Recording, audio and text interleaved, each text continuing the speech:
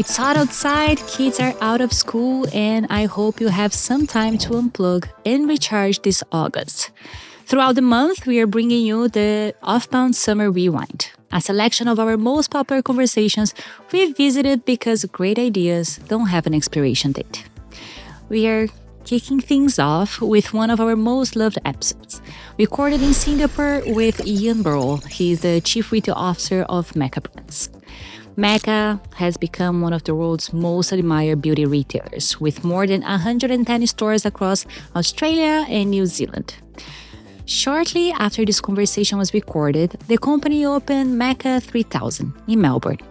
It is a 4,000 square meter flagship. It brings together more than 200 brands, over 80 beauty services, and a team of more than 300 specialists, making it one of the largest beauty stores in the world. What fascinated me most about this conversation was a lot more than Mecca's retail strategy. It was its philosophy.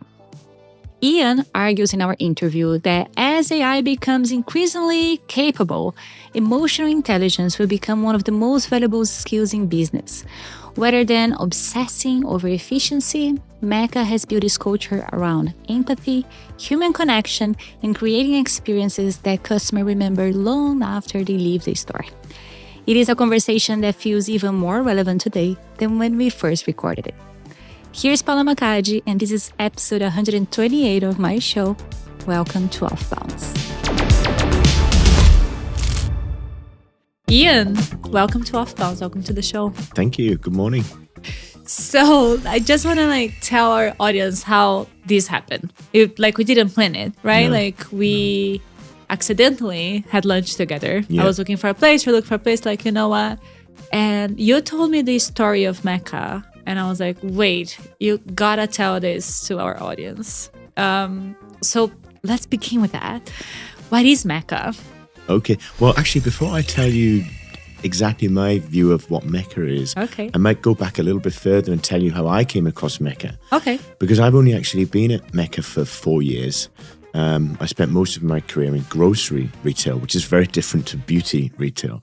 But years ago, at a similar event, I was doing a speech. And it was about experiential retail in a world where sort of digital retail is taking over. And this was a long time ago when physical retailers thought it was the end. And I walked around a shopping center in Australia looking for examples of retailers that were doing experiential retail. And that's how I actually came across Mecca. A long time ago, before I worked there, Mecca was already doing experiential retail. For 28 years, it's been doing it. Before anybody came up with the term, they were doing it. So I knew of Mecca years before I ended up working there.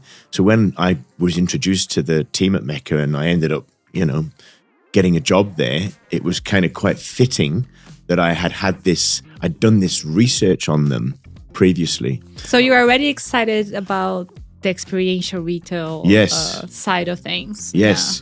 So I knew about Mecca, but I knew nothing about beauty. So it's been a very steep learning curve, and you have to understand it deeply. You have to understand the products. You have to understand the brands. So it's taken quite a while for me to, I would say, get up to speed that I need to be at. And I'm sure you don't have so many steps in your skincare routine. I have more than I used to. Okay. I can assure you of that. And off mic, I'll tell you some great products as well. Okay. But so what's Mecca? Well, first of all, it's the leading prestige beauty retailer in Australia and New Zealand. And it's an amazing customer experience. That's what makes it really different. I would say the key ingredients are that, and we curate the world's best beauty brands. So you end up with, the best experience, the best brands. You put it together, and that really brings together a community of people that are passionate about beauty. So I think that's the community that then makes it quite different from anywhere else. But what makes experiential retail experience for Mecca? What is, because I haven't been to one, so you have to explain to me, if I walk into a store, what is the experience I'll have? Well, so we've been at this conference for a week now, and I have met people from all over the world. That's why we come here. We connect with other retailers. Yeah. We learn from each other. And it has just blown me away that everybody knows Mecca. And it's incredibly fortunate to work there because you feel quite a lot of pride when people say, oh, I know Mecca. Like, you've heard about it and you want to talk about it. So what makes it different? I think it's more than just the fact that it's experiential from design, from day one, right? So the founder, Jo Horgan, she set up a single store in 1997. That's how long it's been around. And at the very beginning, the principles, the beliefs, the mindsets, all the things that made it different then are the same beliefs that we stand by today, because it's still founder-led. Jo is still there. She's still, it still has the founder mentality. It the business, absolutely has a founder mentality. And I think what's different for me, having spent my entire career in large public companies, what's really different about Mecca is that we're not chasing the short-term metrics in the same way that other similar companies might be. So of course we talk about, the numbers, right? Of course we do. We have to plan, we have to manage. It's a business afterwards. Right? It's a business, right? But the difference is that that's not what gets people excited in Mecca. What gets people excited is the stories about the customers, the stories about the brands, the stories about the experiences. So just as an example, every single Monday morning, without fail, we get the entire team from the support center together we've got one giant room, and Jo talks to the whole team about customer experiences that she's heard about in that week. And she's been doing that forever. And when she talks about a good customer experience, I think everybody feels like quite a collective sense of pride, and you can see everybody looking at each other and smiling, going, that's beautiful. And like a customer experience that a customer had in one of Mecca stores, or something like that she did, she had a great experience, so that she's bringing it? In a Mecca store. I mean, there are other stories we share there as well. But we get so many letters. This is the thing that makes it different, right? I think if you ask the audience here, how many times have you written to a retailer about an experience that was good? I bet you most people can't think of having done it more than a few times in their life, right? I haven't. You haven't done it, right? Because it takes... Especially in a beauty retailer. No. For someone to sit down and write a letter to thank or to talk about an experience they had, you're only going to do that when you've had an experience which has truly moved you, right? It's truly profound. And I'm not exaggerating. We get those letters every week, tons and tons and tons of them. And it's because our team have kind of like, the culture is so that our team have been given the power to do what they need to do to make people feel their best. That is literally the goal of the company, is to help. We say to embolden through beauty, but it's to help people feel their best. And our team want to do that. We hire for empathy. We hire people that love beauty. And, we're not chasing down, like I said, these metrics to make it feel like a selling environment or something like that. They're there to solve problems, and they do it over and over again. And we get, like I said, because we talk about and we celebrate these experiences, it just creates a culture where that's what becomes most important. I'm loving everything that I'm listening. I agree. Like I go to retail places when I have this amazing experience and I talk about it. One thing that we talked about yesterday when we were having lunch is Hamleys, right? Like that you mentioned that you inspired Hamleys for your stores. Hamleys is a toy store, but it makes everybody there happy. Like you don't have to be a kid to enjoy that store. How is a example of experience that I will have at Mecca? I think, generally, we at Mecca don't talk necessarily about Hamleys, but we do talk about analogies from other retailers, and we're always looking for inspiration. I personally get inspiration from Hamleys because I see what happens to children in Hamleys, right? I mean, it is like, just another world, and you see the joy that they experience at every step of the journey because they have these experiences built in all the way through the store. And then you see what that does to the parents, because the parents are looking at the children and it's just such a joyful experience. People will queue up to get in there. Anybody who goes to London and takes their kids are going to Regent Street to get to Hamleys, right? Everybody does it. And when I was there last time, the thing that was on my mind was moving people upstairs in a retail store. So we have some stores with stairs and 2 levels, and it is quite hard to get people to want to go upstairs, right? And I look at Hamleys and it's on 6 floors, and everybody goes up all 6 floors. You kind of have to. That's the process, and no one complains about it there, because at the top of each floor is another entertainer or demonstration. New discovery. Or discovery. Yeah. And I think we do similar things when we're designing stores. And, we've got a new flagship store, which we spoke about already, opening in Melbourne soon. I mean, we haven't taken cues from Hamleys, but it is really been designed as a theatre for human connection. So every single part of the journey has been thought about in terms of how it will create an environment for people to connect and experience joy and discover things together. So it's more than experiential, it's social. And I think that's quite similar to Hamleys. Yeah, but it's beauty, right? Like beauty, I think it's about the product, but it's also about how to use the product. Like, so you need some expertise. I'm thinking of me as a customer, right? Like I buy beauty products and I need expert help to find what is best for my body, what's best for my skin, what is best for what I'm looking for. I guess service play a huge role too. I mean, what you're talking about, the expertise of the team, is fundamental to the model of Mecca. And I would say it's probably another way in which we are slightly different to other beauty retailers. Now, every beauty retailer is going to educate their team to an extent. We educate them to a whole new level. In fact, I don't know if we talk about these numbers very publicly, but we spend something like 4% of our revenue on education of our team and engagement of our team, right? It's just quite unbelievable. So when you go into a Mecca store, what you're likely to get is a team member who understands the products in an incredible level of detail. We are brand agnostic. That's another one of those things I was talking about from day one. It's been a principle of the company from the outset, and it still is today. So you're not going to get a team member trying to, convince you that a particular brand is better than another brand, that you might get that in a different kind of retail environment. So they're brand agnostic. They're educated to understand the products in great detail so that they can find the best solution for you. But the thing that I think is really different about Mecca is that we train our team to listen, right?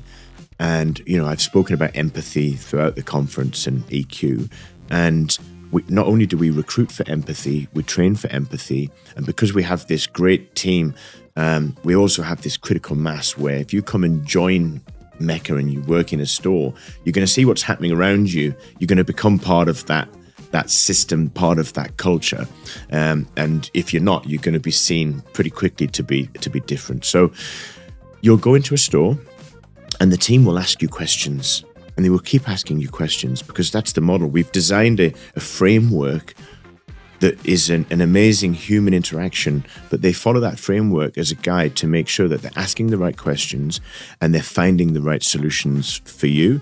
And it becomes quite personal, and which is why I think that empathy is important. It's quite intimate, and that's the experience that our customers have. And that's why they write to us, because our team are so well trained to do that. And honestly, even if they weren't that well trained, because you hire the right people and they love beauty and they love people and they love to serve this way, it's kind of what they probably will do naturally as well. But I think listening, I mean, how many times do you go into a retailer and the person you interact with truly asks you questions that help to bring out the information they need to serve you better?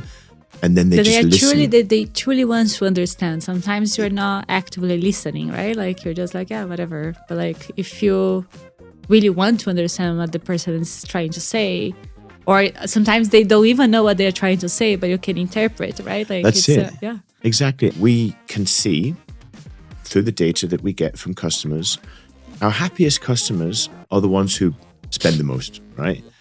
And it's not because we're trying to get them to spend more. It's because we're trying to, solve the problems that they have or serve them the way that they want. But, it's no surprise that people that get home with more things, they're happier, right? They got more things to use, more things to try, right?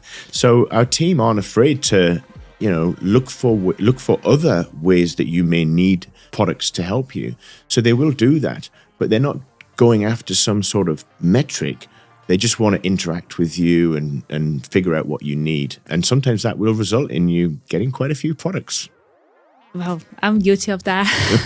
If I have a good experience, I tend to reward. Reward yourself or reward the team? Reward the retailer with my money and myself with the products that I bring home for sure.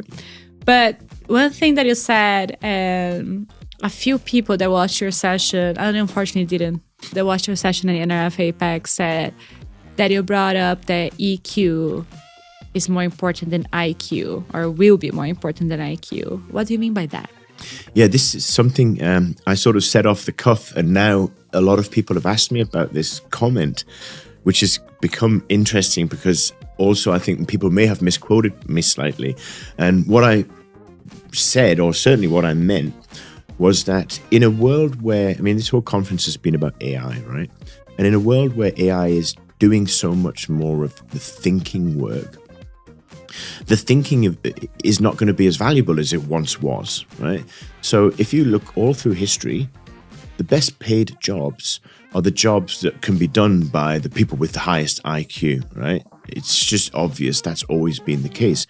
And if you look at the kind of jobs that people get when they naturally have really high EQ, but they, you know, that's their natural characteristic, they go into jobs like teaching or care or nursing, you know, and these are jobs that have not attracted equal salaries over the history so far. And I think in a world where AI is able to do a lot of the thinking, there's going to be like a rebalancing where IQ is not going to be as treasured as it has been up until this point. And I think EQ is going to become more treasured. So I think there's going to be more value in having EQ than ever before. So I think that's great for people that are that way. That's their characteristic, their normal characteristic. And I think as well, in a work sense, I said that when technology is going to become so pervasive in everything that we do, and we know that AI is going to be driving our actions and our thinking, and many of the tasks that are currently done by people, actually the human interaction is going to become a real luxury. I think the intimacy can only exist between two people connecting deeply. And going back to your earlier question about what makes Mecca different, this is just something that's part of our culture, because from day one, that was the goal, right? To help people feel better. And when you follow these steps, it leads to intimacy, right? Like seeing each other deeply and understanding each other. And it's there's a lot in that for the team as well. It's not just, the customers, of course, it's the most important. It's what we do, it's why we do it. But we also see from our team satisfaction surveys that they also love working at Mecca.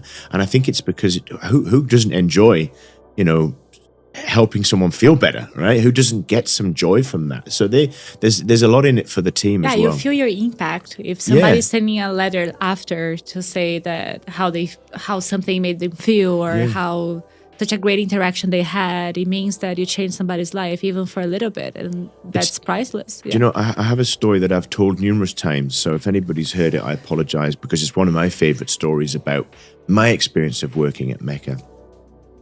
I was in a store visiting, as I do regularly, and I was just standing talking to the store manager, but we were standing next to the makeup artistry area. So we have we do a lot of makeup services and other services.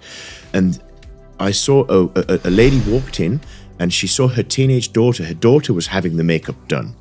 And when she took one look at her, she just burst into tears of joy, and they started hugging, and it was just a very emotional moment. And I was standing right there.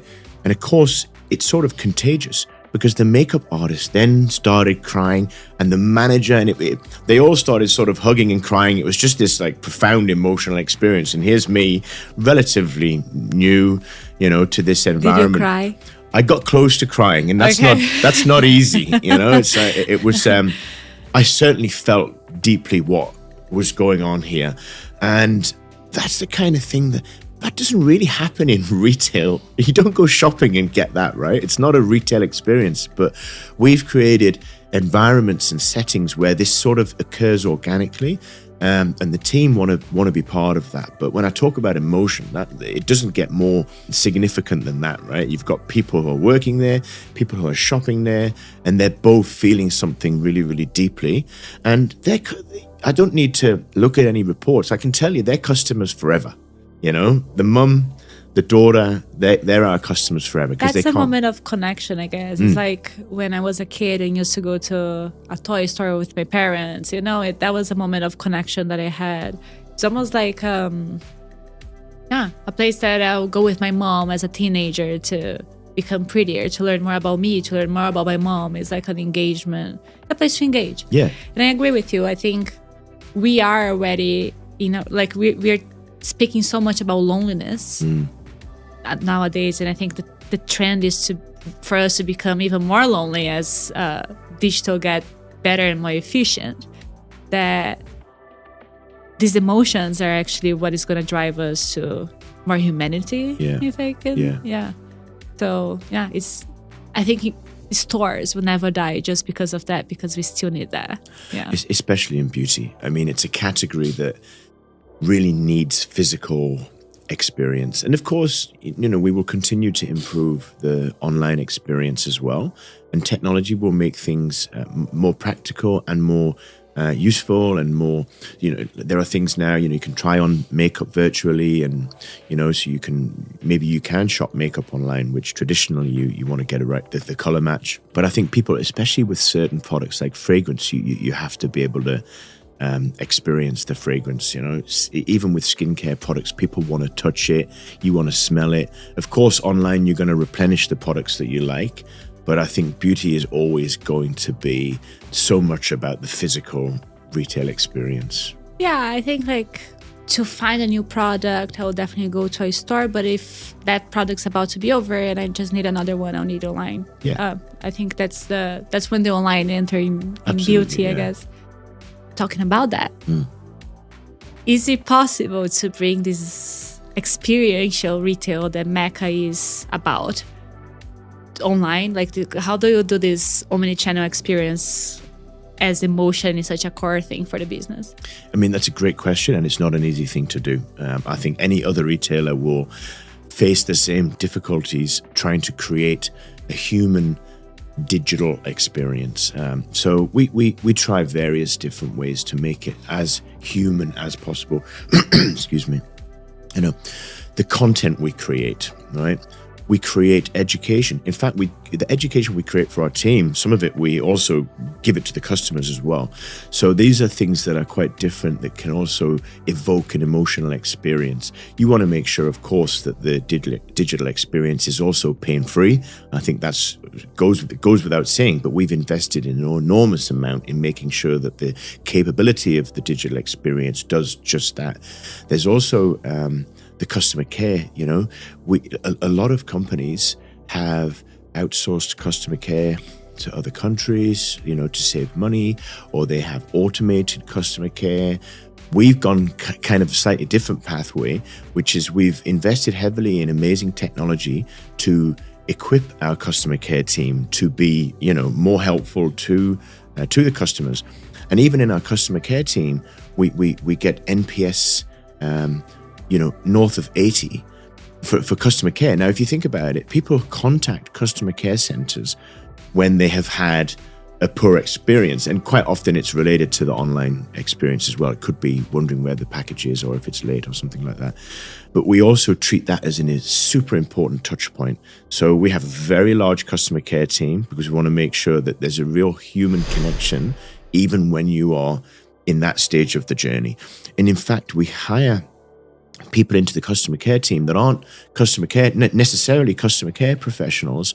We actually hire people from the stores as well who have got deep product knowledge and beauty expertise, because these calls and chats and emails, and even we do video if you want it through customer care, they often go off into products. The conversation often gets into products, and we want to make sure that we don't have to push the customer back to a store team to get that expertise. They can get it right there and then as well. And I think that's all part of the digital experience. Yeah, that's a great point, actually, because technology is here, right? Technology can empower even more humanity? What kind of technologies are you using to empower your people to drive more better experiences? So I think there's a couple of things I would say about this, which I've said earlier this week in the conference. First of all, we will look for every opportunity to leverage technology that will help our team serve customers better, right? What we won't do is introduce technology for the sake of technology. We also won't introduce technology that we think might interfere with an experience between the customer and the team member. And there are examples of that already that we could do more, and we've chosen not to. I'll give you a couple of examples. We do endless aisle, which means if you go into the store and you know what you want, but it's not available in that store, they'll order it for you. It'll arrive as soon as possible through the post. Or if a product is sold out, you can order that product and get fulfilled. They'll take care of it. Now, we could turn that into quite a significant channel, right? Where we could open up our entire, you can order anything through the store, right? We could advertise that and we could start to really expand that offer. But it's just not like the most amazing experience. It's not the way that our brands want to be represented. So we choose not to really push that at the moment because we don't want more people to do that until we are satisfied that it is absolutely commensurate with the overall experience. That's one. Another one would be, we have a clienteling solution. We call it Superhost. This is, trying to show how amazing our hosts are. And I want to come back to why we call our team hosts as well, actually. But Superhost is this clienteling app that we've developed. And we haven't put it into all stores yet. And we haven't released all features to this app yet. And part of the reason is that we're not satisfied that bringing the device between the team member and the customer is additive to the human interaction and the experience. So we're sort of stalling on taking it any further until we can be satisfied that the technology enhances and doesn't detract from that sort of feeling of human connection and luxury. So they're just a couple of examples of what we're sort of not doing or we're not fulfilling to our full potential. But there are things we are doing. If you look at the flagship store, there's this amazing innovation, which is a device. It's actually developed by Puig, which is a Spanish fragrance company, where a customer can smell many, many more scents without becoming overwhelmed. Because it's well known with fragrance, if you smell 2 or 3, you get overwhelmed and you can no longer differentiate. And if you're buying a really, luxurious fragrance, it's a big investment for some people. Yeah, it takes some consideration. You don't want to get it wrong. It's not impulsive. Yeah. No, if you get it wrong, you're going to be really disappointed when you get home. So we want customers to get it right and we want them to take their time. So this technology, which will be available in the flagship, helps us to work with the customer to develop a personal profile for fragrance. And then that is more likely to lead to them making the right choice that they're happy with. So there's a bit of technology there, and we have a few other examples where we're using technology in the flagship store like that and some other stores. But it's much more for us about the human process that comes with the technology. It's much more about that. We have skin diagnostic machines in some stores, that we will have that in our flagship store as well. We're not the only people to do that. There are other people doing various forms of skin diagnosis, even just using simple cameras, right? But it's what comes afterwards. It's the consultation that comes afterwards, because as you probably know as a customer, dealing with skin concerns can be very personal. It can become an intimate moment where you need to trust the person that you're dealing with. And we focus on the team being able to be trustworthy and create an experience that the customer feels safe, feels seen, and just feels better after going through a process of what is quite mechanical, having a skin diagnosis by looking into a machine. When we were talking, you also mentioned that you weren't looking so much into efficiency, which is absolutely the opposite of everyone I talk to. Yeah. Can you elaborate on that? Yes, I'm glad you asked me, because I want to make sure that I probably justify that comment a little bit better. We want to be efficient, right? Who wouldn't want to be efficient? We want to be efficient so that we can unlock our team to serve better, right? Or we can unlock investment to put towards better use, right? For example, for our brands as well, our brands are our partners. Yeah, we don't treat our brands like suppliers or vendors. They're our partners, and we take, great pride in their achievements and their performance. But that aside, right, I think about efficiency. In fact, I said earlier, my whole career was in grocery. Grocery retail is about efficiency, right? I've had to retrain because all the things we used to do in my previous work was to find small ways to get more and more and more efficient so we could reduce our costs, because it's a small margin business and it's essential that you bring your costs down to the lowest possible that you can. But what I said about emotion over efficiency is I'm challenging everybody, especially people who are developing technology, to think this way. Because if physical retail is going to get better and better and better, it has to become much more of an experience, but much more about entertainment and much more about socializing and pleasure and all these things. Because eventually, you are going to be able to do most of your shopping online instantaneously. And in some markets, we heard some other speakers talk about it, in some markets, digital or e-commerce sales are half of retail, right? It's astonishing. It's not like that in Australia, but it might be one day. So as this happens, it's even more important that retail just continues to innovate and get better and better and better. So my challenge to everybody is that let's use the technology, right, to find ways to drive this experience better. And the way that you make an experience better is by thinking about emotion. So I'm saying that's what we should be doing. Don't be going after efficiency the way that we always have in the past in retail. And given that, you have how many stores? About 110. 110 stores. Sounds like, do you think emotion is scalable? That is an excellent question.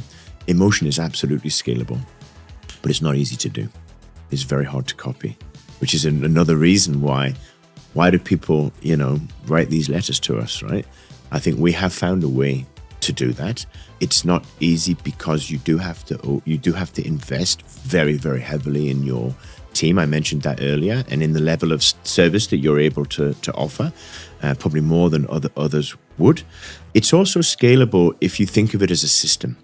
So if you're mapping out a customer journey, you can map out a customer journey with emotion in mind. What do we want a customer to feel at this point? What do we think a customer is going to feel at this point? How can we change the way a customer feels at this point? You can do that. You can treat it as a system, and then it is a scalable model. We sometimes do these experiments and step through customer journeys in detail.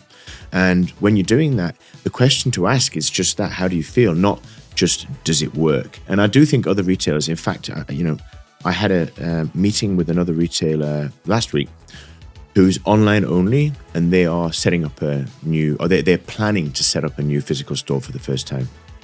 And this is a friend, it's a different category, I want to help. And they've a lot of people are doing that. A lot of people, yeah. You have to look for analogies and look for help. And a lot of pure play online retailers are now looking to get into physical. So he had come into this conversation thinking very operationally. He was asking questions like, how do we control shrinkage? Where do we put the baskets? Or, all these kind of like very mechanical operational questions. And my only advice to him was to flip it completely to this point of step through every single inch of the customer journey. You have to find a way to mock it up even before you've built the store. And you have to walk every single step, and you have to feel every single step. And as you're doing that, just ask yourself, how does it feel? How does it feel? How does it feel? And that was my advice to how to begin the design of a new retail format. And if you'd asked me the same question, or if I'd had that same meeting 5 years ago when I was working in grocery, I wouldn't have said that. I would have probably said, here's how you control shrinkage. Here's how you reduce labor costs. Here's how you make the checkout experience as efficient as possible. So I've changed by working in beauty for 4 years. What have you learned as a leader then? I think it's beautiful what you just said, because you had to shift from operational to think about feelings. How did that change you professionally? Do you know, I will confess it wasn't that easy at the beginning for me, going to work at Mecca, but I do feel like I've experienced some sort of relatively profound observations going into an all-female environment. So Mecca is, I think it's around 95% women. And it's, of course, that's mainly in the stores, it's even more. I think it might be 96 or 97% women. And we serve women, right? So it makes absolute sense. And also the business is built on the basis of female empowerment, and gender equality is one of our driving forces. So it's ended up the way that it should have. But it's even the same in the support center. It may not be 95%, but it's probably 85 or 90% women as well. And I've spent my whole life working in relatively male-dominated environments. So one of the observations I had early on at Mecca was, wow, imagine what it felt like for those women who were sitting in rooms of, sometimes I've been sat in boardrooms with 17 men and 3 women. Like that's not unusual, right? And when the tables are turned and it's flipped the other way, you then are able to empathize and start to feel like how that may have felt for people at that time. And things have changed a lot anyway over the years, right? Things are much more evenly balanced in most companies. But so first of all, I was a little bit uncomfortable at the beginning. And I probably did stub my toe a few times in terms of the style, and had to tweak probably my style a little bit in management and leadership, and how you challenge and how you ask questions, and gradually learning a way that sort of felt more appropriate, felt more right, and I think worked better for the environment I was in. But once I got through that early stage, I have absolutely loved the environment, and I do believe it is more collaborative than any environment I've seen before. I don't know if it's really just Mecca or whether it's something to do with the fact that it's 95% women. I honestly don't know, and I never will know. But what I can tell you is in Mecca, I mean, the team is some of the most devoted team because they love the industry too, right? So, we attract incredible talent. It is the comparison with previous companies, next level in terms of just sheer smarts, right? It's quite it's quite something. But then the devotion to the cause, to the business, to each other, and the level of collaboration, I've not seen anything like it. And I wonder whether that is also one of Mecca's differentiators. I wonder. Yeah. Well, would you bring some of these emotions back in grocery? Do you think that will help? I think not just grocery. I think many retailers could look at this, whether it's beauty or whether it's Mecca. I think many retailers could, and I think they do. I think they do look. They all want to. At this week I've been here, and like I said earlier, just being known to be part of Mecca, people want to know because it has a reputation. And it's kind of funny being a man talking about a company that's all about women. I sometimes feel a little bit of a fraud, if you know what I mean, because we women, we welcome everybody. I never don't feel welcomed, but I sometimes wonder, am I the right person to be talking about these things? But I think at Mecca, as long as you believe in what we're trying to do, right, and as long as you can demonstrate, I think if it's real, then it doesn't matter whether you're a man or a woman. But I sometimes think when you're talking about these things about women, it sometimes feels a little bit like, do I have the right to make these comments? You're talking about your perspective of being a male in a female heavy industry, which is your perspective. Yeah. And what would be your advice to someone? I think retail has been shifting. You have a career in retail. I'm sure you give this advice differently years ago. What would be your advice today for someone that is getting into retail leadership? I think, would it have changed? There's so many things you could say. I think my view on leadership is that people do want to be led, right? People want autonomy for sure, right? And you can give people autonomy and you can lead them. But ultimately, I think people do want to be led. They want direction. I think as a leader, one of the privileges you have is to lead people in a way or to a place that they may not have otherwise gone, right? Now, I've heard other people say that and it's resonated strongly with me. And I think as a leader, that's your job, right? So you don't have to be shy about it. You don't have to be afraid to push people or pull people or encourage people. But know that if you have taken if you can see that you've helped someone achieve more or go further than they would have without you as a leader, that's the ultimate goal and it's the ultimate satisfaction. So I think my and that's the job. So my advice to future leaders would be, don't hold back. Yeah, lead the way you want to lead, because that's what you're supposed to do. Very good. I have to tell you that it was a leader who pushed me to be in front of the camera. I would have never done that if it wasn't for him. And here we are. Here you are. Yeah. Ian, it was a pleasure. I'm happy that we crossed our paths here in Singapore, and now we all have to go to Australia to see Mecca. Is there any plan of expansion so we can go anywhere else? Look, who knows? We think we've got something special. We know that there are many places that would love to see us there.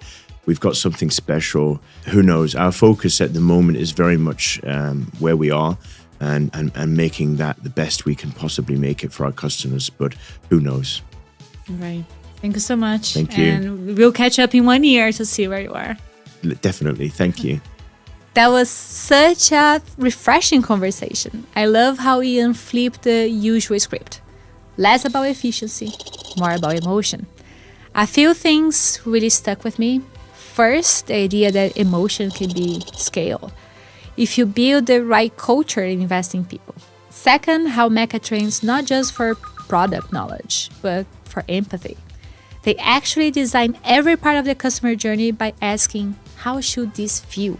And finally, Ian's reminder that in a world full of AI, the human connection is going to become the real luxury. This was more than a story about beauty retail. It was a reminder of what's possible when you lead with purpose.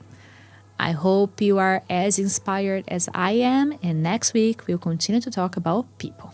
I'll bring here the episode we recorded live in Singapore on stage of NRF APAC on how happy employees make better customer experiences. See you next Tuesday.